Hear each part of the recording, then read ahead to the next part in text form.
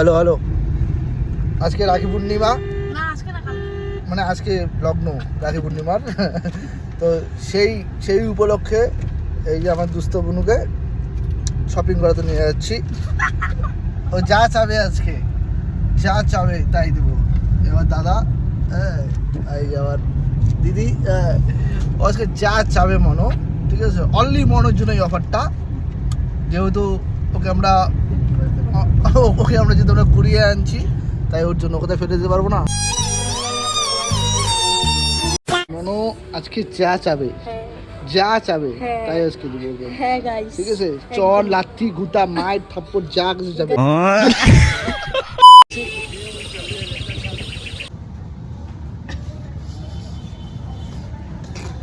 মনো কিচ্ছু পছন্দ হচ্ছে না।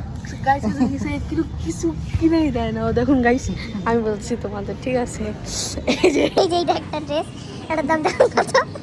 600 টাকা। তো বললো এটা নিতে পারিস, তো আমি একটা নিলাম।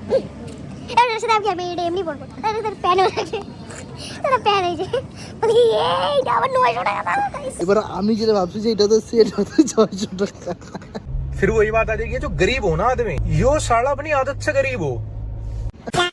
এবার আমার তো দোষ নেই এখানে না, আমি জানি যে ওটার দাম 600 সেটটার দাম। তো এবার এত দাম, আমার তো মেয়েদের সেকশনে কোনোদিন আমি ঢুকি নাই, প্রথমবার ঢুকলাম। ভাইয়া বুঝতে গেল ভাইয়া।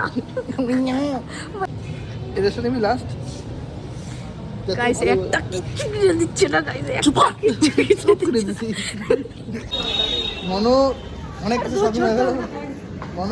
মনো এখন হাস, এত কিছু শপিং করে দিছি ওকে এত কিছু শপিং করলাম, ওর তাও হচ্ছে না। তোর আর কি চাই?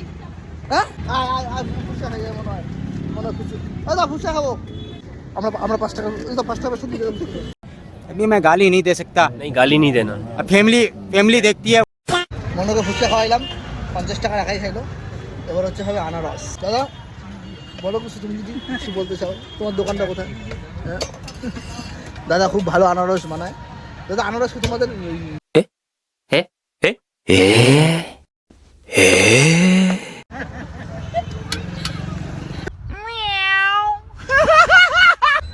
মনে কেমন টেস্ট কেমন? ওটাকে ইগনোর করো, যে চুলটা পাইলি যে।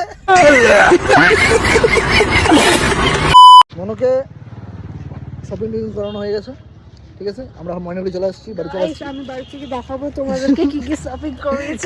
কালকে মানে রাখিতে দেখাই, রাখিতে পরে বসবি, ঠিক আছে? তোর দামি দামি শার্ট প্যান্ট দিয়ে কিনে দিলাম, ঠিক আছে? চলো টাটা।